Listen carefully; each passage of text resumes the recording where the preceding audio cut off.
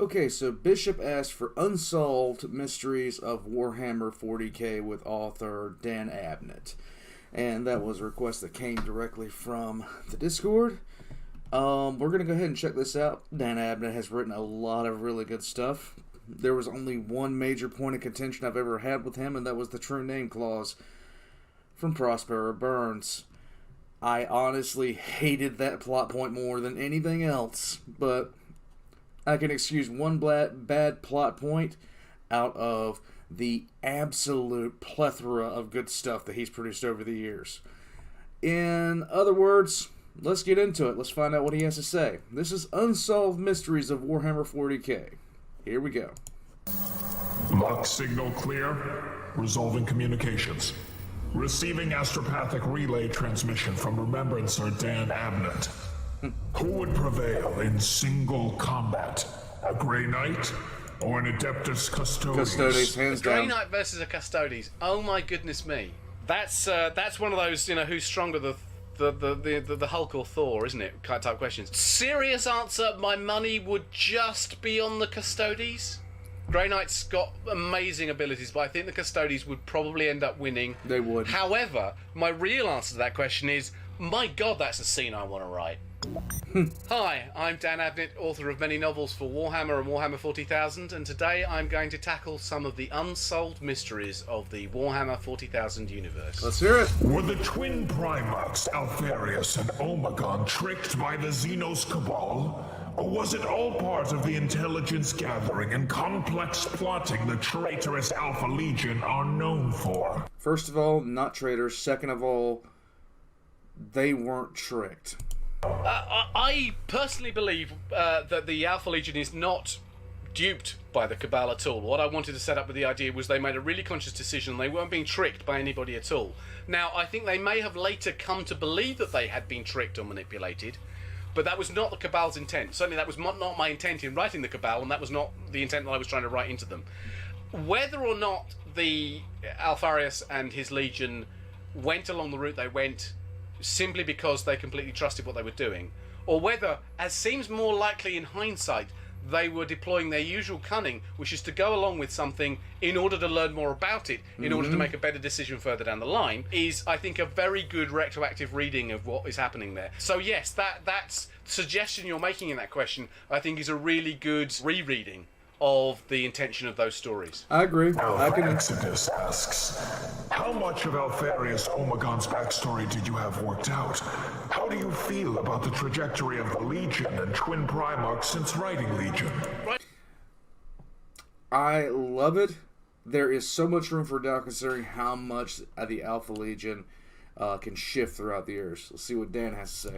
Writing Legion was an opportunity where I really discovered that we were doing a good job of the Horus Heresy, and we weren't sure yet whether the High Lords of Games Workshop trusted what we were doing.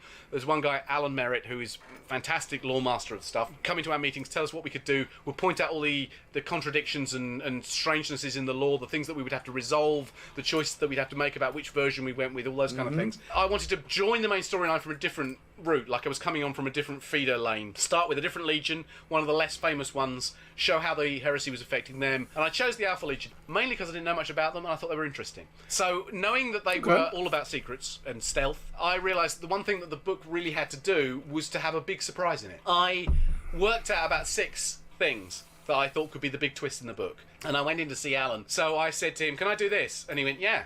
And I went, oh, all right, can I do this? And he went, yeah. And we went down the whole list, and he let me do all 6 of them. So I came out of the room with permission to not only do the things that I thought were going to be big secrets, they might let me do one of, plus this enormously huge one that I never thought I'd get. So it was great. I loved being able to do that, and to deliver a book that made people just go, what the hell? Because there was stuff in about the Alpha Legion they'd never seen before in their lives.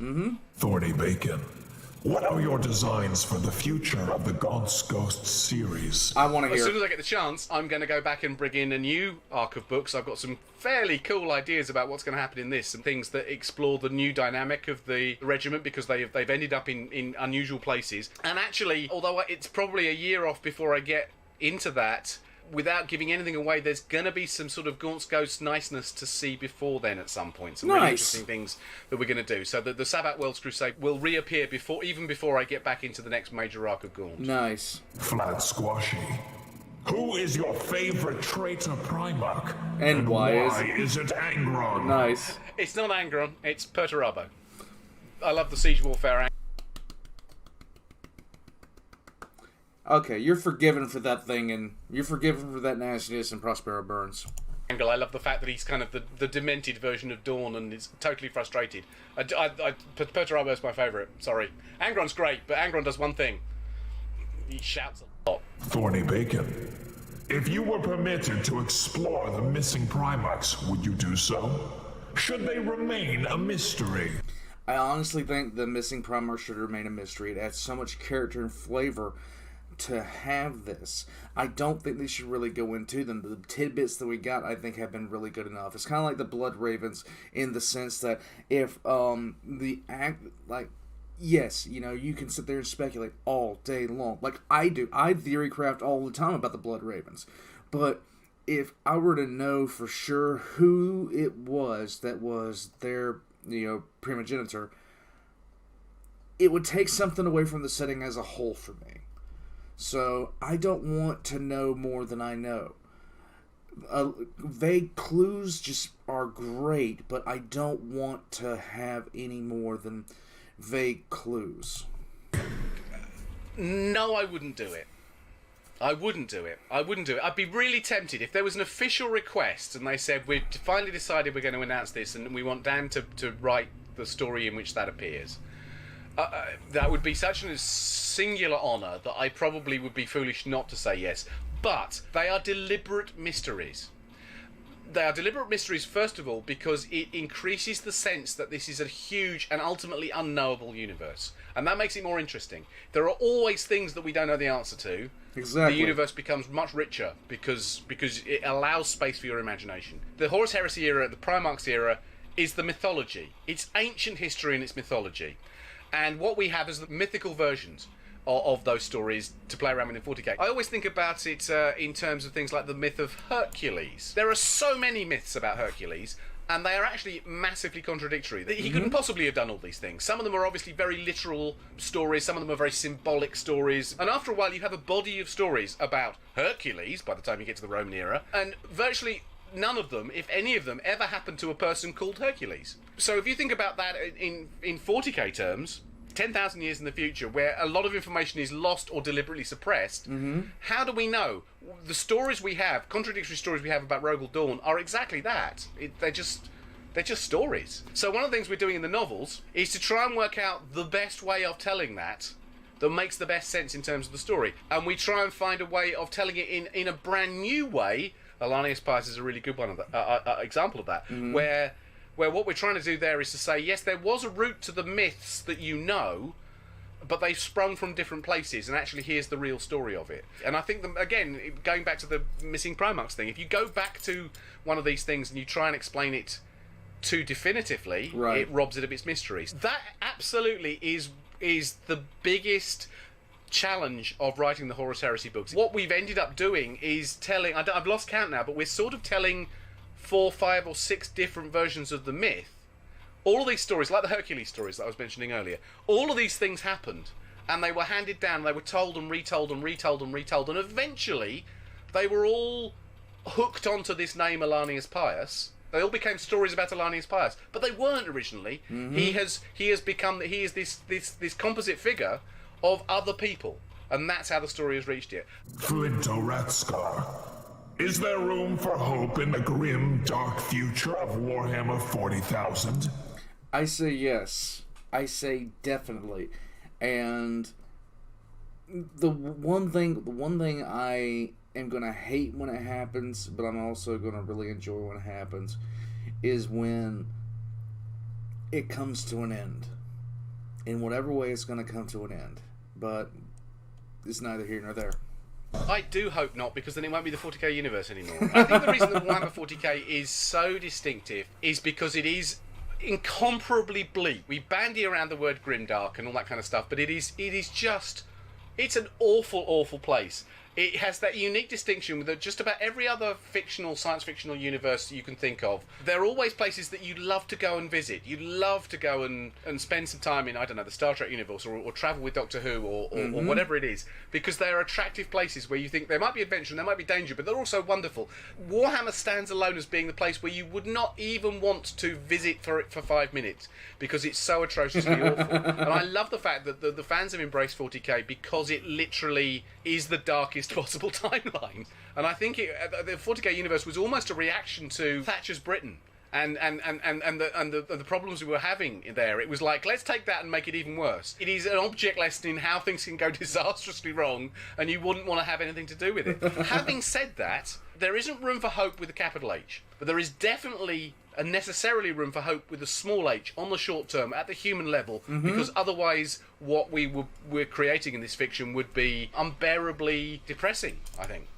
Basically, that's my primary thing about 40k above every other thing. The victories are small. The hope that is gained is, one person isn't going to literally change everything. It just can't happen. It's too much. It's too big. Anyhow. Jean-Luc Pikachu. How involved are you with the Eisenhorn picked recorded series? I don't believe, on pain of excommunication by the black ships of the Inquisition, that I'm allowed to talk about that very much at all. Conversations have been had, and I have attended certain meetings. Beyond that, I'm not going to say anything other than that I'm very very optimistic about the way it's going to shape up. Can one feel pity for Magnus the Red? When you're beginning in 40k, yes. After a little while, no. No. He's a dick. Mediclian. In Salvation's Reach, the Imperial Guard are aided by 3 Astartes from 3 different chapters. Why weren't the Astartes from the same chapter? Oh, that's a good question. I try and keep the focus on the human characters. The Gaunt's Ghost series are obviously about the Imperial Guard. They're about the human-level regular fighters. And to start dropping Astartes and to start dropping Chaos Astartes into those stories is difficult because they are working on a completely different level. So I have to be very careful about it. So I didn't want to have a whole bunch of Space Marines turning up and completely eclipsing the importance of Gaunt's Ghosts in the course of the story. By the same token, it was an important mission. And it was likely that they would get some support from the Astartes, so the sort of chapters of knights that you need to petition to ask them a favour. The reason there's only 3 of them is because Astartes are very, very rare. In the 40k universe, there aren't really very many of them around anymore. So for an Astartes to turn up, for an army of Astartes to turn up, it's got to be a really big deal. And I thought that was not only in keeping with the nature of the storyline and served my purposes in the storyline, but also really showed us a lot about the way the universe worked. The fact that these Astartes were very special, and they were literally an unbalancing factor if they appeared, and therefore you had to sort of use them sparingly, and 1 was enough, or in this case 3 was enough. And I think that works really, really well. I think that book is one of the ones that shows the differences and connections between the regular Astra Militarum and the Adeptus Astartes very, very clearly indeed. So just piggybacking on what he was saying, basically, there are either less than or just over 1 million Space Marines active in the 40k universe. That's less than 1 per inhabited thing in 40k. That means maybe 1 to 2 per world per generation at a time, depending. That literally means that most, even as much as they are the poster children of 40k, they are literally something completely rare. And like Dan said, if a chapter of Space Marines showed up to your planet, things have gone completely tits up and there's no way to fix it. Irelia. The new sphere concept seems fundamental to 40k fiction. Did you conceive it for Titanicus and share the idea with the rest of the Horus heresy team? Well, no, I didn't. The Noosphere, which is how I presume it's pronounced, but somebody I'm sure will write in and correct me, is one of those slightly more esoteric end of things, which is really, really interesting. When I was writing Titanicus and I wanted to create the idea of a shared machine language and shared machine consciousnesses, I sort of worked hard to try and think of terminology that worked, and I thought it would be great to borrow that and repurpose it in 40k terms. And one of the things that I found writing Imperial Guard books, and certainly when I got to Eisenhorn, is there wasn't regular terminology, in-universe terminology, for all sorts of very obvious things, because no one had ever had to write about it before, because it's the sort of things you needed when you're writing a novel, but you don't need when you're playing a game on a tabletop. So I was coining words left, right and centre just to give myself a vocabulary to use in these books that sounded 40k-esque. I consider it to be my greatest achievement in terms of 40k. What would one see if they entered the Emperor's throne room? Blinding light before your retina's burned out.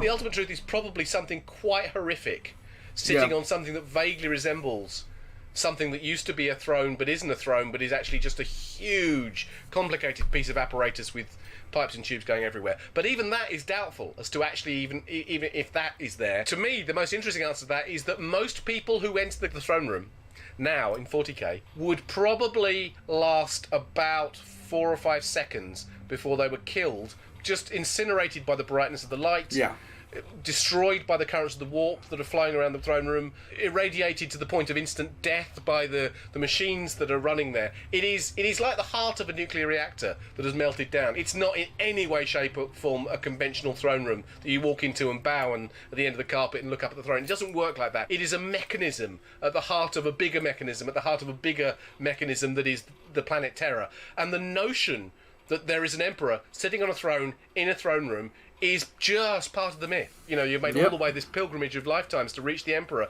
What is probably happening to them is they're being consumed by the machine. They're just being eaten up. Their souls and everything are being eaten up by the machine.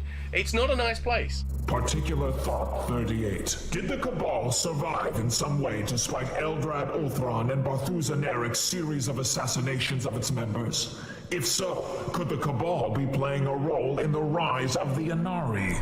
Basically, I have no respect for Eldrad Uthway, and I figure that anything that he does is pretty much contrary to the goodwill and common sense of the galaxy. Wow. I'd like to think they did. He brought Gazgul Mak Uruk Thraka to the fore. The Cabal was an oddly rare example of non-human forces actually trying to do something constructive and positive. In fact, several of the Eldari particularly are often trying to do positive, constructive things, much to the annoyance of mankind and vice versa. So I'd like to think the Cabal do exist in some form, or some legacy of them. There's a lot of institutions in the 40k universe, some of which I have created, that clearly are recurring. They might not necessarily have survived intact all the way through, but the notion and the name has recurred, and somebody else has gone, that was a good idea, let's do that again. I suppose like the Druids. The Druids may not have existed, historically speaking, and may have just been an entire invention of Victorian England. But the point is that they were an idea that came back in, and people said that let's do this again. So I think the same is true of some of those things, and the same is true of the Cabal. Can more Adeptus Custodes be created? By what means are they made? I believe they can still be made in 40k universe. I don't think it's been said they can't. I don't think they are a finite supply that's diminishing. They certainly aren't made in great numbers. Right. They are a very precious resource. We know from the 30k era, from the Horus Heresy era and the Unification War, the Great Crusade, that they are far, far more than Astartes. Astartes are almost like the cheap bulk version created by a much simpler, cruder process that only begin to approximate the degree of the build quality of Custodes, to the point where it's said that the Custodes aren't even necessarily purely genetic creations, but they are something slightly more metaphysical. They have almost everything about them has been perfected in all sorts of weird ways. What that means is that they are immensely expensive to produce, not just financially expensive, which doesn't seem to matter in 40k universe, but in terms of time, effort, resources, special things. It takes so much to make a Custodes, which is why they are comparatively few of them, and why they are given such a special task, and also I think why they feel so frustrated, because if they are almost as godlike as primarchs, you know, they feel they should be out there doing amazing things, and they basically are posted as sentries. You know, the best soldiers in the universe are kept as sentries. So we know that they are very special. There is more than just a mechanical, surgical, genetic process that results in a Custodes. So that's as good enough answer that I can give for that. Pretty much. Was Garviel Loken a founding member of the Grey Knights? Yes. Ah, that's a good question. If you really, really, really know your lore, there are enough clues already for you to have answered that question by now. That's all I'm saying. Who is your favorite Chaos God? And why is it Nurgle? The Chaos Gods are not gods. They are enormous, concentrated saturations of warp energy within the Immaterium Had an ad. that embody certain personalities and therefore give the semblance that, to all intents and purposes, they are to us gods, but they are not gods. And it wouldn't be that. It wouldn't be Nurgle.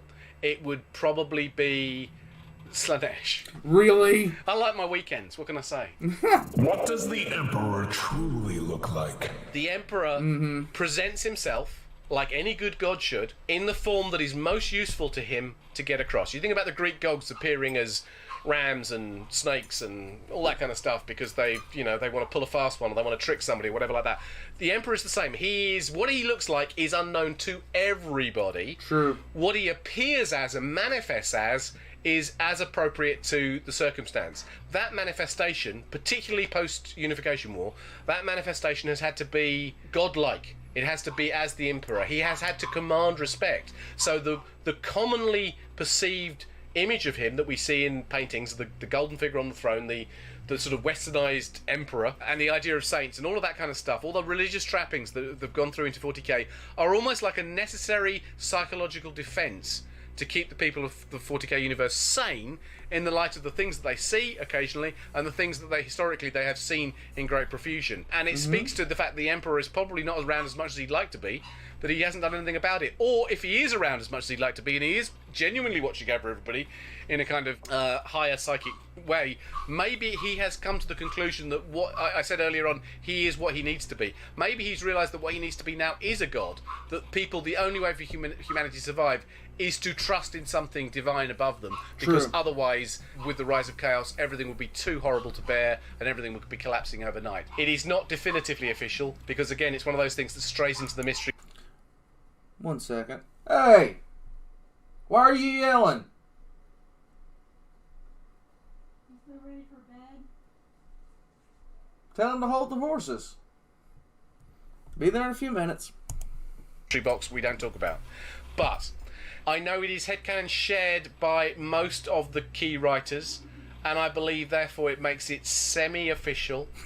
Soundwave 11. How much planning went into the big reveal in your novel Penitent? How vast will the repercussions be not only inside your works, but for the wider lore? I have been planning it for a long time. A long time. I had to get permission to do it. It's been a secret thing. It's been on a need-to-know basis only. Only a few select personnel have been allowed to know this until it actually came out. Not going to spoil it, except to say, yes, there is a huge twist. There are quite a lot of huge twists, actually. There's one particularly huge twist in it. It's going to have massive ramifications for, if nothing else, for the third book in the series, Pandemonium, which is due, and it will probably have great ramifications for the Eisenhorn Inquisitor series, and I think it will probably, in the long run, have massive implications for the universe as a whole. I quite like the fact that we can sneak a big twist like that into what appears to be a subsidiary story thread. I think is really fun because I think it made it twice as unexpected. Which is your favorite traitor legion? And why is it the Night Lords? Iron Warriors. Every single one of these, no matter what, you're getting the wrong ones every single time. My favourite traitor legion is the Sons of Horus, aka the Black Legion, as they became, because they are. First of all, I feel a great bond to them, having written Horus Rising and set all in motion, but also because I think they've got the most interesting things going on with them. There's a wonderful arc of tragedy. They're not just like cackling villains. They've got this extraordinary thing going on. So yeah, they are like cackling it's villains. Not the Night Lords. Night Lords are cool. Love the Night Lords, but you know. Who is your favorite Primarch? And why is it Ferrus Manus? My absolute favourite is Rogel Dorn, because he's just so stoic, and he ran that campaign. He is the epitome of the precise general I would love writing him as a character. I love what he does at the Siege of Terror, and the fact that he's just like tries to out. I love what he does to Fulgrim in the Siege of Terra. Game everything that's happening, even when it is literally he's playing sort of with chaos mathematics, and he can't. It all becomes unpredictable and the uncertainty principle, and he's still going, no, we can do this. I just need a bigger chessboard. I think that's fantastic, and that's why I love him. With so many shared threats, what prevents the Imperium, Eldar, and Tau factions from working together? Well, let's see. The Eldar think that sending Harlequins into the Imperial Palace and attacking the Custodian Guard is a diplomatic statement, and the Tau are butt-fucking traitors. Underlying tragedy is one of the Seriously, fuck the Tau. fundamental rubrics of the 40k universe, though, surely. I mean, let's face it, it is based originally on a tabletop game where you were meant to field armies against each other. So the idea of maintaining those distinctions and rivalries is vastly important. And if it was too easy for people to become allies, it would weaken the mechanics of the basic game. So that's an important thing to remember. But also, it shows how difficult these things are. The human race in 40k universe is kind of the worst version of ourselves. They are massively intolerant towards everything that isn't perceived as being normal human. The common ground can't be found very often. One of the things I deliberately did in the recent Gaunt's Ghost novels is actually really show how the humans on the Chaos side of the war, who they've been battling now for 15 novels and 1.5 million words, they are so similar, except that their fundamental basis of what they understand as a starting place are diametrically opposed. They've both been trained to hate the other. And that is a sadness of the human state in the Warhammer universe. Will the Emperor of Mankind reincarnate if he dies? That's the biggest question that there is right now. Let's see what he says. Well, it's very, very difficult. The Emperor is functionally immortal and seems to be all but invulnerable to the very highest levels of damage that could be applied by, say, the living avatar of chaos, as is likely to happen at the end of the Siege of Terror. You think the end of the Siege of Terror is bad. You have no idea how horrible and traumatic it is. We all know... Oh, I can't wait to read these books. Mythologically speaking, the Emperor ends up at death's door, having been seriously damaged in the final confrontation. We know that.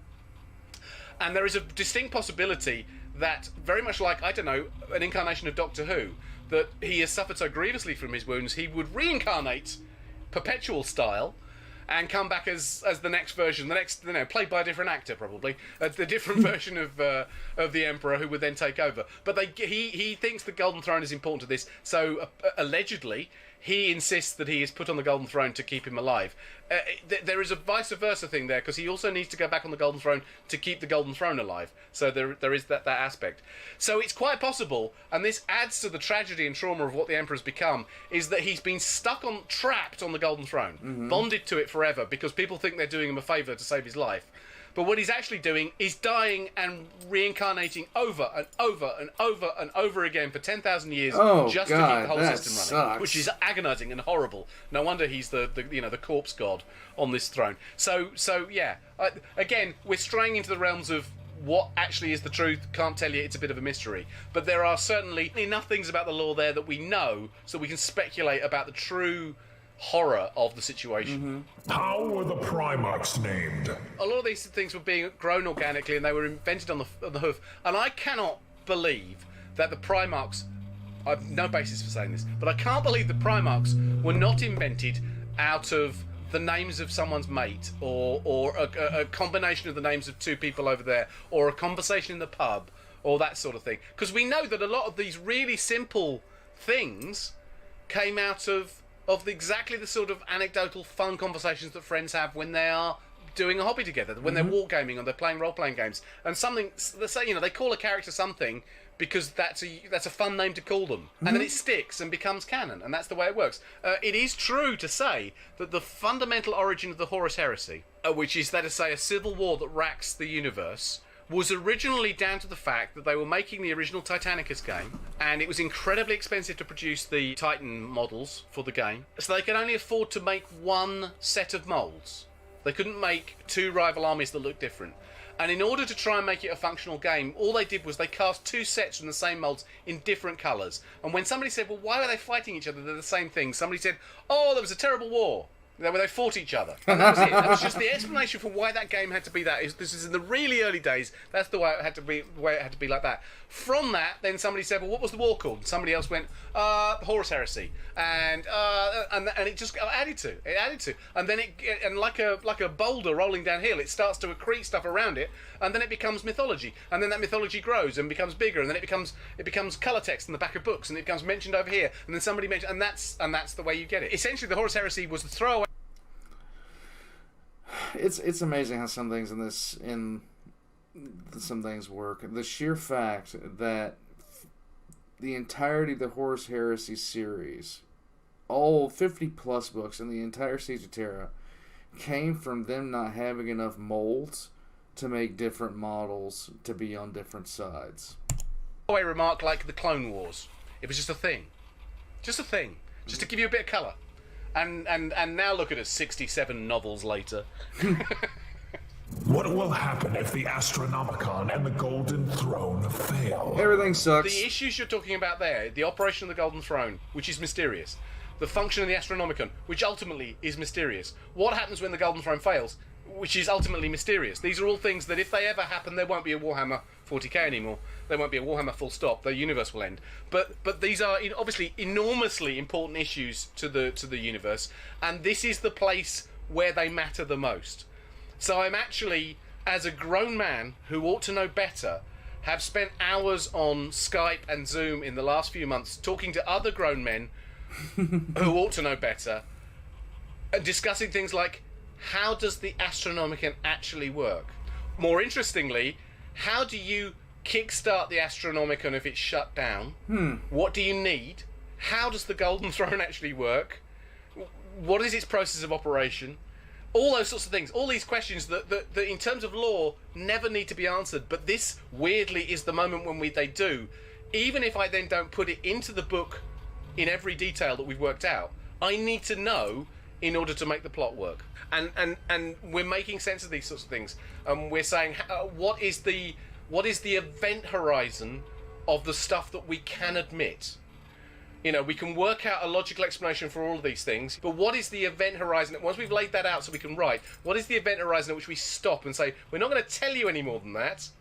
We know more than that. We're not going to tell you any more than that, but everything we've up to that point that we can tell you is informed by the unknown that exists beyond that. Which sounds like a very pretentious way of doing it, but it's the only way you can tackle things of this kind of ridiculous scale. And that is true of the Golden Throne. It's true of the Astronomicon.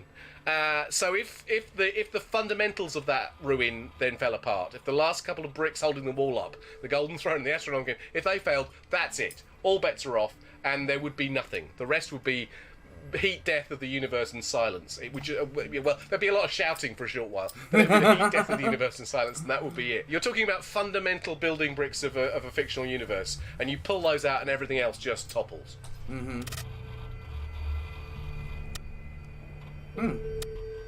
I think one of the great things about Warhammer, really, is the fact that you can do so many things with it. You can read the books, you can play the game, you can paint your armies, you can listen to the audio. It means that people can come to the universe in the way they want to and engage their imagination and creativity with it the way they want to. Thank you for your questions. I'd like to thank all the 40k fans on Reddit and on the Technica forums for a brilliant set of questions that I've really enjoyed answering. I hope you've learned something, because I certainly have. Ars Technica, 40,000. All right. That was kind of fun. I didn't know how much I'd agree with Dan Abnett on lore and stuff like that, even though he writes it all. But I didn't know how much I'd actually agree with him on certain things. That was a lot of fun to actually do. I've seen this. I just didn't know what I was going to really do when I started watching it, because I did have that major hang-up with the true name clause. I can't get over it. But the fact that he likes Perturabo, I guess I can excuse it. Anyhow, I'm putting the original down below, as well as my Patreon and Discord. Join up if you'd like to request a video. Just join up and go down to the request for reaction. Drop a video down there. Who knows, I might be able to do it. Aside from that, catch you guys next time.